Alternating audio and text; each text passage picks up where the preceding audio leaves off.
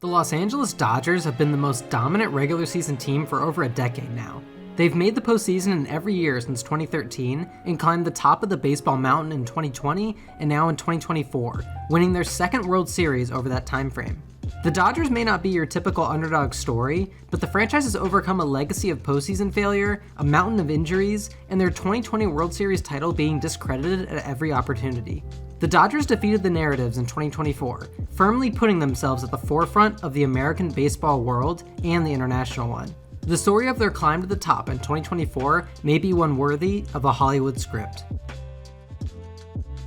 The Dodgers have made the playoffs in every season since 2013, and over those 12 seasons, they've won 11 division titles, 4 National League pennants, 2 championships, and averaged 94 regular season wins, despite one of those seasons being a 40-win campaign during the 2020 COVID 60-game season. That is an insane amount of sustained regular season success, but it hasn't always translated over to the postseason prior to this year. The Dodgers failed to make the World Series until 2017, when they dropped a 7-game series to the Houston Astros, who were later exposed in one of baseball's largest cheating scandals to date. They joined a short list of teams to lose back-to-back World Series a year later. They were upset in the first round in 2019. They won the World Series in 2020, only to be scoffed at by the baseball world due to the title being in the pandemic-shortened 60-game sprint season. They lost in the NLCS the following year, and then were upset in the first round of the 2022 playoffs by the rival Padres, and then were swept in 2023 by the 84-win Diamondbacks. Manager Dave Roberts was under heavy scrutiny for how he managed pitchers in the postseason since he took over in 2016, and in 2023 the team was barely throwing out a serviceable starting rotation in October, despite winning 100 games during the regular season, and the stars of the lineup disappeared in an embarrassing sweep at the hands of Arizona. In the eyes of fans around the sport, the franchise had not won a legitimate World Series since 1988 and was now racking up an impressive resume of postseason losses. The Dodgers entered the 2023 offseason eyeing several coveted players, one being the best player in baseball history in Shohei Ohtani, and the other being Yoshinobu Yamamoto, who was one of the youngest players to ever come over from Japan to Major League Baseball. Ohtani and Yamamoto were teammates on Team Japan's 2023 World Baseball Classic champion team and were viewed as two of the top players available in free agency. Ohtani was viewed to get a mega contract despite not being available to pitch in 2024 and would be coming off of a major arm surgery, putting his pitching future in question. Yamamoto was coming off a year in which he went 16-6 with a 1.21 ERA in Japan, in which he won his third straight pitching triple crown and third straight MPB Cy Young equivalent award. The offseason began with an extension being given to infielder Max Muncy and the loss of Clayton Kershaw to shoulder surgery, putting his 2024 into question. The Ohtani sweepstakes broke into December, with the Dodgers reportedly competing heavily with the Toronto Blue Jays, another international team hoping to expand their market by landing an international superstar. On December 9th, the news broke that the Los Angeles Dodgers and Shohei Ohtani had agreed to a 10-year, $700 million contract. The record-breaking number also came with record-breaking deferrals, with $680 million of the contract set to be paid between 2034 to 2043, giving Ohtani a $2 million salary over the 10 years of the deal. The overall contract was the highest average annual value ever at $46 million per year. The deals sent shockwaves throughout all of sports, with many voicing their displeasure with the amount of deferred money on the deal, seen by many as a loophole for an already rich team to work around the luxury tax. In reality, the Dodgers were on the hook for $46 million towards the tax because the competitive balance tax considers average annual value when counting money towards the threshold, not actual salary. With Ohtani now on the roster, the Dodgers turned their focus to pitching, bringing back veterans Joe Kelly and Daniel Hudson before finalizing a trade to bring Tampa Bay ace Tyler Glasnow to LA, along with a 5-year, $137 million extension for the right-hander. On December 22nd, with rumors swirling regarding Ohtani's role in the recruitment of Yoshinobu Yamamoto, Los Angeles agreed to a 12-year, $325 million contract with the 25-year-old Japanese ace, along with a $50 million fee being paid to his former team in the Oryx Buffaloes as a posting tax. Following the flurry of high-profile moves, the Dodgers signed slugging outfielder Teoscar Hernandez to a 1-year, $23.5 million prove-it deal, giving LA an even more formidable lineup. They rounded out the roster with deals for reliever Ryan Brazier, fan favorite Kike Hernandez, and finalized Clayton Kershaw's contract for 2024. At the conclusion of the offseason, the Dodgers had committed over $1 billion in contracts. In the reported words of LA's president of baseball operations, Andrew Friedman, "If you're always rational about every free agent, you will finish third on every free agent." The season began with a rocky start, with the Dodgers losing relievers Blake Trinan and Brusdar Graterol to the injured list, one that already included Tony Gonsolin, Clayton Kershaw, and Dustin May. LA split their 2-game series to open the year in Seoul, South Korea, against the Padres. The Dodgers won the first game behind Tyler Glasnow, but dropped Game 2 after a rocky debut from Yoshinobu Yamamoto, who allowed 5 first-inning runs and didn't come out for the second. LA had distractions off of the field as well. Following the Dodgers' Game 1 win in Seoul, it was announced that the team had fired Shohei Ohtani's interpreter and close friend, Ippei Mizuhara, who was accused of stealing money from Ohtani to place sports bets with an illegal bookmaker, with the reported total being at least $4.5 million. The story was strange from the start, with many calling into question how Mizuhara would have access to Ohtani's finances, how much involvement Ohtani had, and if Major League Baseball would suspend their biggest star. Ultimately, the Dodgers terminated Mizuhara, and Ohtani was viewed as a victim of theft. Baseball and life continued as usual. The Dodgers signed catcher Will Smith to a 10-year, $140 million extension just a day before their home opener. Smith was widely viewed as one of the best catchers in baseball, and LA had just locked up another all-star piece of their core for years to come. The Dodgers took 3 of 4 from the Cardinals to win their first regular season series, coming back from down 4-0 in the 6th to take the final game. They would sweep the Giants to begin April, with Mookie Betts leading the offense, and Ohtani hitting his first Dodgers homer in the first game. They would go on to drop 4 of their next 5 series, as the team struggled to find consistency on both sides of the ball. One night, Tyler Glasnow would strike out 14 batters. The next, Walker Buehler would leave his rehab start due to injury after being struck on the hand. Starter Bobby Miller would then hit the injured list with shoulder inflammation, thinning out the rotation even further. The team swept the Nationals and won a series over the Blue Jays to get back on track to close out the month, highlighted by Shohei Ohtani becoming MLB's home run leader for Japanese-born players. Mookie Betts was leading Major League Baseball in most offensive categories. The Dodgers truly hit their stride in early May, winning 7 straight games that were punctuated by a sweep of the Braves, the coming out party of Yoshinobu Yamamoto, a 3-homer game from Max Muncy, and the return of Walker Buehler to the rotation. Shohei Ohtani was hitting as advertised, along with Freddie Freeman, and rookie center fielder Andy Pages had hit his stride since debuting. LA had won 14 of their last 16, outscoring their opponents 100-31. The streak was snapped at the hands of the Padres, who won a 3-game set in San Diego, but the Dodgers won their next 2 series against San Francisco and Cincinnati, opening up a 7.5-game lead in the NL West over the 500 Padres. They swung a trade with Cleveland to get lefty reliever Anthony Banda, who would prove his worth plenty later on in the season, but lost Max Muncy to the injured list. They would scuffle in their next 2 series, dropping 2 of 3 to Arizona and getting swept in a 3-game set against the Reds in Cincinnati. The bats had started to fall flat, but LA ended the month on a higher note, sweeping the Mets in 3 straight before dropping the final game of May to the Rockies. They finished May at 36-23, first in the NL West and 5.5 games ahead of the second-place Padres. The Dodgers started off the summer by activating closer Evan Phillips from the injured list, where he had spent 24 games with a hamstring strain.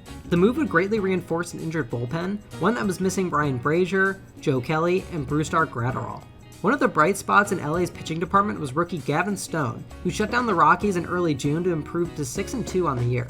The Dodgers were also wrapping up off-the-field distractions, as Ippei Mizuhara pleaded guilty to bank and tax fraud on June 4th, leading MLB to close their investigation into Shohei Ohtani regarding the actions of his former interpreter. LA won their 40th game of the season behind Yoshinobu Yamamoto, who dominated the Yankees for 6 shutout innings. The offense was inconsistent overall, but Freddie Freeman's recent hot stretch was helping to lead the lineup. Teoscar Hernandez was also going through a hot stretch, and of course Shohei Ohtani was on another planet. But things would start to turn for the worst. With the offense struggling to find consistency in their boom or bust approach, it was important for the Dodgers to have a strong start from their rotation, which took a hit with the massive struggles of Bobby Miller on his rehab journey, before the big hit came as Yoshinobu Yamamoto left to start against the Royals after just 2 innings. He would later hit the injured list with a strained rotator cuff, and the Dodgers would be without another big piece of their rotation for the months to come. LA would need to find better consistency from their lineup, which is ranked around the middle of MLB in most offensive categories, something that wasn't the standard for a lineup with 3 Hall of Fame players at the top. That lineup would then be without one of those big 3 players, as Mookie Betts hit the injured list with a hand fracture after being hit by a pitch. Freddie Freeman continued his scorching hot June, keeping LA afloat as they won 3 of 4 from the Rockies, but the Dodgers would lose Walker Buehler again to injury after he allowed 7 runs in 4 innings to Colorado. Bobby Miller returned to the rotation, but Clayton Kershaw was shut down amidst his rehab assignment with shoulder soreness. The Dodgers had a break in late June by sweeping the lowly White Sox, as Gavin Stone continued to prove his worth as a stabilizing force in the rotation with a complete game shutout before LA dropped 2 of 3 to San Francisco to close out June. The Dodgers limped into the break, losing a series to Christian Walker and the Diamondbacks, getting swept in 3 games by the red-hot Phillies, and losing a series to the Tigers. They would lose Tyler Glasnow to the injured list with a back injury, and were forced to option Bobby Miller to the minors after another horrific start. 6 players from LA were named to the NL All-Star Game: Shohei Ohtani, Mookie Betts, Freddie Freeman, Tyler Glasnow, Teoscar Hernandez, and Will Smith. Hernandez then won the newly formatted Home Run Derby, the first Dodger player ever to win the event, and Ohtani hit a massive 3-run home run in the All-Star Game in the NL's 5-3 loss to the American League. LA started off hot coming out of the break, winning 6 of 7 to sweep the Red Sox and take 3 of 4 from the Giants. Top prospect River Ryan made his MLB debut, and Clayton Kershaw returned to the team for his first start of the season, but Freddie Freeman was placed on the family emergency list following the hospitalization of his young son. The Dodgers had more distractions off of the field as well, with the trade deadline approaching, and the team made several major moves to improve their pitching and lineup depth. They finalized a trade with the Cardinals and White Sox to receive fireballer Michael Kopech for the bullpen and utility man Tommy Edman. Their most significant move came a day later, when LA swung a trade with the Tigers to acquire starter Jack Flaherty, who was having a career resurgent year for Detroit. They finished up the deadline by acquiring defensive star Kevin Kiermaier in center field. The bullpen blew a 5-run lead to the Padres to drop the last 2 games of the month, but LA was still commanding the NL West with a 4.5 game lead and a 63-46 record.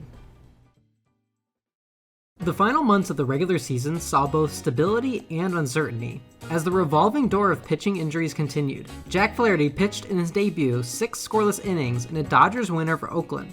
In the next series against the Phillies, Brusdar Graterol came off the injured list and then returned to it after just 1 appearance. Rookie River Ryan strained his UCL in just his 4th start of his career, ending his 2024 season. On the offensive side, the Dodgers polished off a sweep of the Pirates thanks to Gavin Lux and Teoscar Hernandez. Mookie Betts returned from the injured list, helping the Dodgers win their first 2 games against Milwaukee before dropping the final 2 in a series split. As the team welcomed back Max Muncy in late August, the team was coming off wins in 5 of their last 6 games and a sweep of the Mariners. Shohei Ohtani entered his name into the Dodgers record books with a walk-off grand slam, securing the first 40-40 season by a Dodgers player.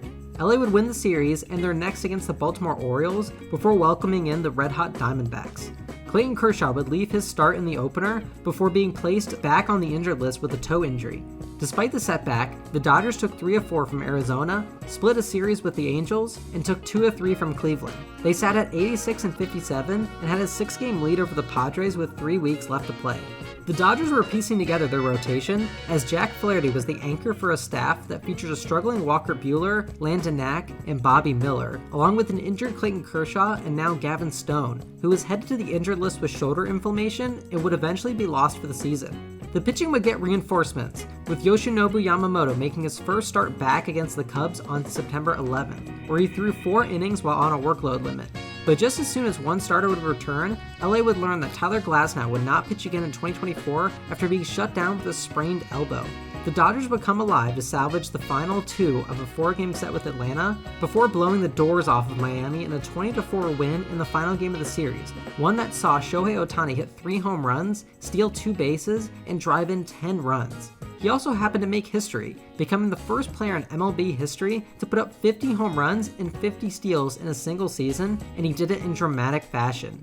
The Dodgers clinched a postseason berth and went on to beat the Rockies in a 3-game series before welcoming the Padres into Dodger Stadium. With 6 games left to play, LA had a 3-game lead over San Diego. The lead shrunk to 2 with the Padres winning Game 1, but the Dodgers would win their final 5 games, clinching the NL West on September 26th with a win over San Diego, and would sweep the Rockies to finish the regular season at 94-64. Shohei Ohtani would finish the year with 54 home runs, 130 runs batted in, a 10.036 OPS, and 59 steals, the most by a Japanese-born player. The Dodgers would clinch the best record in baseball, securing home field throughout the postseason, but now that October had arrived, the expectations were arriving as well. The Dodgers secured a first-round bye due to their record, which meant that they sat and watched the San Diego Padres dismantle the Atlanta Braves to punch their ticket to LA. The Dodgers opened the series with rotation concerns, with Flaherty, Yamamoto, Buehler, and Landon Knack being the only true starters to make the NLDS roster. Yamamoto would take the ball in Game 1, giving up 3 first-inning runs to the Padres before Shohei Ohtani erased the deficit with a dramatic 3-run home run, announcing his arrival to the postseason. Yamamoto would exit after 3 innings and 5 runs allowed, handing the ball off to the bullpen. But LA would come back and not give the lead back, tying the game up after a wild pitch and a 2-run single from Teoscar Hernandez. The bullpen would finish the job in Game 1 behind the tandem of Vesia, Phillips, Kopech, and Trinan.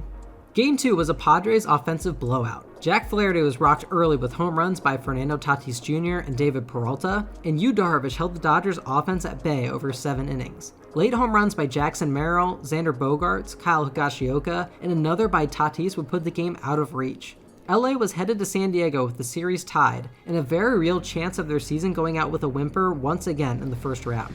Mookie Betts started things off on a high note in Game 3, putting a home run just out of reach of Jurickson Profar, who had robbed him in almost the exact same spot just a game before. But the floodgates would open again for San Diego, as poor defense from the Dodgers helped the Padres scratch across 6 runs in the second inning, capped off by another dramatic postseason home run from Fernando Tatis Jr. Things were looking dire for LA, whose starting rotation and defense was letting them down. Teoscar Hernandez would make the game interesting with a grand slam in the third to get LA within a run, but now it was the Padres bullpen staff that pitched 4 scoreless to shut things down and give the Padres a 2-1 series advantage. With their season on the line, LA would hand things over to their bullpen in Game 4. Mookie got the offense going again with another first-inning home run and would team up with Shohei to put across 2 more in the second inning. Will Smith tacked on a 2-run homer in the 5th to make it 5-0 LA, and Gavin Lux capped things off in the 7th with a 2-run shot of his own. And the bullpen was stellar, pitching 9 scoreless with 9 strikeouts, as the Dodgers saved their season despite being plagued with the same rotation issues as previous seasons, and things were headed back to LA with a chance for Yoshinobu Yamamoto to close out the Padres season. Fan favorite Kike Hernandez kicked things off in the second with a solo shot, and Yamamoto went to work. He struck out 2 batters over 5 scoreless innings, silencing the Padres' bats that had scored 21 runs in the first 3 games of the series. He would exit and give way to Evan Phillips, who gave way to Alex Vesia, who then gave way to Michael Kopech, who was now pitching with a 2-run lead after a solo home run from Teoscar Hernandez. Blake Trinan would turn the lights out on the Padres' World Series aspirations, closing out the series in the 9th inning and sending LA to New York, where they would take on the upstart Mets in the NLCS. The Mets were coming into the series being the last seeded team in the postseason, only making the playoffs on the final day of the regular season. They came back from the depths of defeat with a late home run from Pete Alonso in Milwaukee and upset the Phillies behind a dramatic grand slam from their MVP, Francisco Lindor. LA would look to slow the momentum, and they did so quickly in Game 1, putting up 3 runs against Kodai Senga, who was making just his 3rd start of the entire season. Jack Flaherty would dominate a hot Mets lineup, throwing 7 scoreless innings and matching the longest postseason scoreless innings record at 33. The offense would keep scoring, capping off a 9-0 blowout in Game 1. The Mets would punch back in Game 2, as a leadoff home run from Francisco Lindor broke the scoreless inning streak, and a grand slam from Mark Vientos put the Dodgers bullpen game in shambles. But down 6-0, the Dodgers would continue applying pressure, putting runners on base and scoring 3 times to make it 6-3 in the 6th. Brent Honeywell would help provide length out of the bullpen, and the Mets were forced to use their top bullpen arms to escape Los Angeles with a 7-3 win in Game 2. The Dodgers offense would return big in Game 3, silencing a loud New York crowd by scoring 8 behind home runs from Kike Hernandez, Shohei Ohtani, and Max Muncy. Walker Buehler would navigate through 4 innings of traffic to pitch 4 scoreless, and the bullpen would carry the load the rest of the way, giving LA another series advantage with a convincing Game 3 win. Game 4 would start off well for the Dodgers, with Shohei Ohtani getting the offense going with a leadoff homer. Mark Vientos would tie things up with a solo shot off of Yoshinobu Yamamoto before the Dodgers tagged Jose Quintana for 4 more runs thanks to Tommy Edman and Mookie Betts. That duo would strike again against an ailing Mets bullpen, driving home 4 more runs on the way to another dominant LA victory, as the bullpen closed things out in a 10-2 win. And just like that, the Dodgers were just 1 win away from the World Series. They pieced together the pitching to this point, and the offense was putting up historic numbers, and now they had Jack Flaherty lined up in Game 5, looking to clinch the National League pennant. Things wouldn't start off well for Flaherty, who gave up a 3-run homer to Pete Alonso to give the Mets an early lead. From there, the New York offense wouldn't let Flaherty off the hook, who allowed 8 earned runs across 3 innings, and with the Dodgers' pitching workload, Dave Roberts opted not to bring in his top relief arms after being down by such a wide margin so quickly. Andy Pages would crush 2 homers to spark some life in LA, but the Mets' early onslaught was too much for the Dodgers to come back from, as New York salvaged Game 5 with a 12-6 victory, sending the series back to Chavez Ravine. The Mets took an early 1-0 lead in Game 6, but LA would get to Sean Manaea thanks to a red-hot Tommy Edman, who delivered a 2-run double in the first to give the Dodgers the lead and socked a 2-run homer in the third to make it 4-1. Will Smith tacked on another 2-run homer before the third ended, extending the lead. The Mets fought back with another Mark Vientos homer, but the Dodgers bullpen went to work, as 6 pitchers combined to throw 7 innings before the offense came to life against a gassed Mets bullpen. LA tacked on 3 more runs in the 8th, setting things up for Blake Treinen to punch their ticket to the Fall Classic.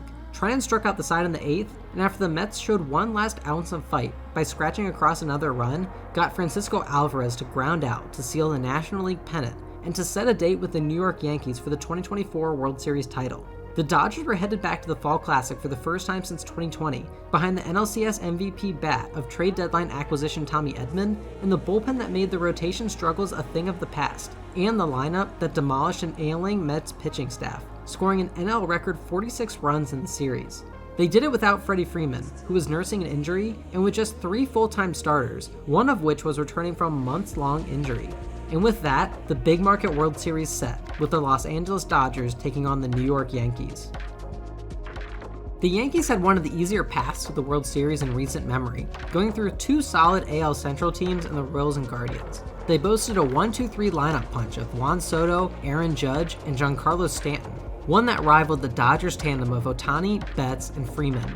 Game 1 would open up in LA with a matchup of Garrett Cole and Jack Flaherty, the latter of which was coming off one of the worst postseason starts of his career.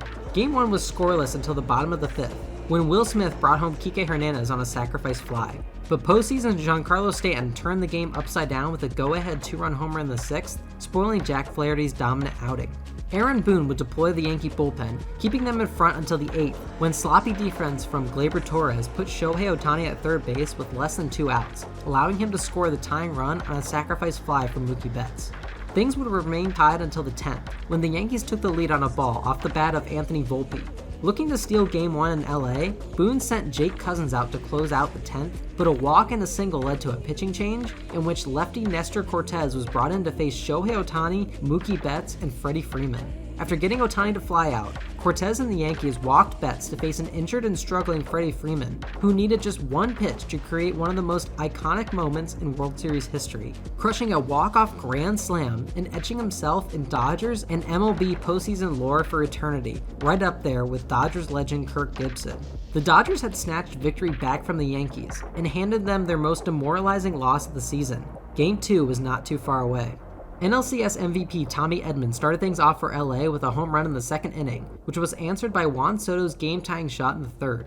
But the Dodgers bats would get to Carlos Rodon, as Teoscar Hernandez and Freddie Freeman each tagged him for home runs to open up the lead to 4-1. Yoshinobu Yamamoto would shut down one of his biggest offseason suitors, pitching into the 7th inning. New York would make things interesting in the 9th against Blake Treinen, bringing home a run and loading the bases, before Dave Roberts called on Alex Vesia to get the final out to secure a 4-2 victory and a 2-0 series lead heading back to the Bronx. Freddie Freeman was putting himself in elite company following his 2-run shot in the 1st to open things up in Game 3, and Walker Buehler began to redeem himself following the injuries and struggles of the regular season. He pitched 5 scoreless innings against the Yankees lineup, and the Dodgers added on a pair of runs to make it 4-0 in the 6th inning. The bullpen would combine to keep the score that way until the 9th, when former Dodger Alex Verdugo hit a 2-run homer to make it a 2-run game. But 2 runs would be all that the Yankees lineup could muster, as Michael Kopech retired Gleyber Torres to secure a Game 3 victory, which meant that barring a historic comeback, the Dodgers were going to win the World Series. Freddie Freeman picked up right where he left off in Game 4, crushing another 2-run homer to set a World Series record with 6 straight Fall Classic games with a homer, dating back to 2021 with Atlanta. His shot gave him 4 for the series, and the pressure was all on New York. Unfortunately for LA, the Yankees rose to the occasion, as an Anthony Volpe grand slam ignited the crowd and put them up 5-2. The Dodgers would score 2 in the 5th to make it a 1-run game, but Austin Wells would homer, and New York would go on to score 5 runs in the 8th on the way to an 11-4 drumming of the Dodgers. But as it was in both losses to the Mets in the NLCS, The Dodgers allowed their long relievers to take the brunt of the offensive explosion, saving their top arms for Game 5. The momentum continued to turn the Yankees' way in Game 5, as first-inning home runs from a lifeless Aaron Judge and Jazz Chisholm put New York up 3-0 quickly.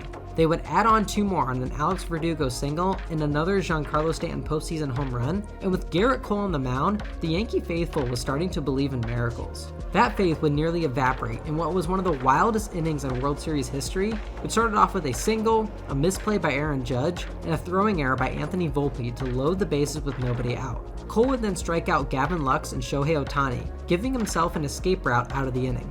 But Mookie Betts will ground a ball to first, setting up a play that will live in infamy, as Anthony Rizzo opted not to run to first base and get the out himself, allowing Betts to reach and the inning to continue. The Dodgers would pounce on the opportunity, as Freddie Freeman singled in a pair of runs to make it 5-3, and Teoscar Hernandez would bring LA all the way back with a game-tying double. In one terrible inning from the Yankees, the Dodgers were once again on the brink of ending the series. New York would take the lead in the 6th, but LA would load the bases once again in the 8th inning. Shohei Ohtani would load the bases on catcher's interference, and Mookie Betts would give LA the lead on another sacrifice fly. Just like that, the Dodgers were 6 outs away from a World Series title. Blake Trinan would work his way out of trouble in the 8th, completing 2 1/3 scoreless, but the question now was who would pitch the 9th, with the Dodgers' top bullpen empty aside from their starters. The answer was Walker Buehler, who got Anthony Volpe to ground out, Austin Wells to strike out, and polished off a World Series title with the strikeout of Alex Verdugo, winning it all for the Dodgers and removing the taunts of what was the 2020 World Series. LA had won it all, and there was no minimizing this title. Freddie Freeman was named World Series MVP, and Shohei Ohtani and Yoshinobu Yamamoto were now World Series champions 10 months after signing their contracts with Los Angeles.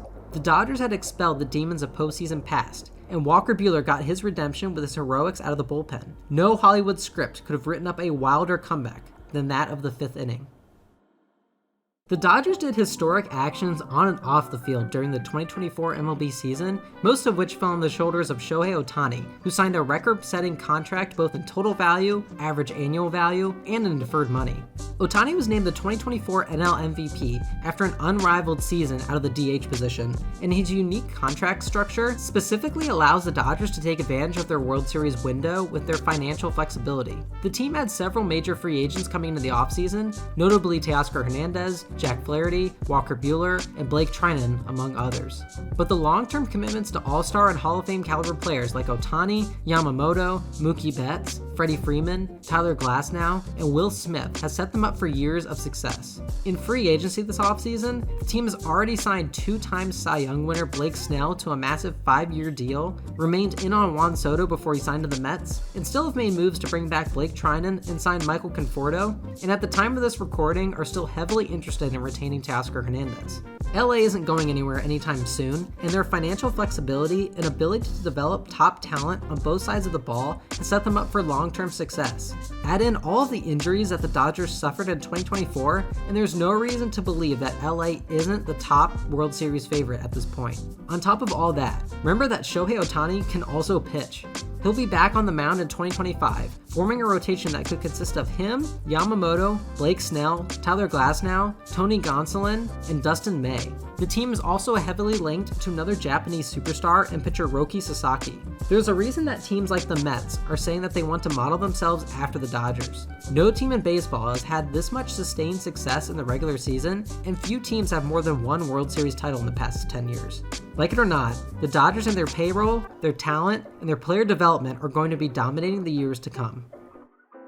The 2024 Los Angeles Dodgers weren't your typical underdog story, but that's not to say that they didn't face challenges on their rise to the top. Injuries, off-the-field drama, and the stain of past postseason failures haunted this team all the way up to their eventual World Series title. For Dodger fans, I hope I did your title run justice with this video, and for everyone else, thank you all for watching. Here's to baseball in 2025.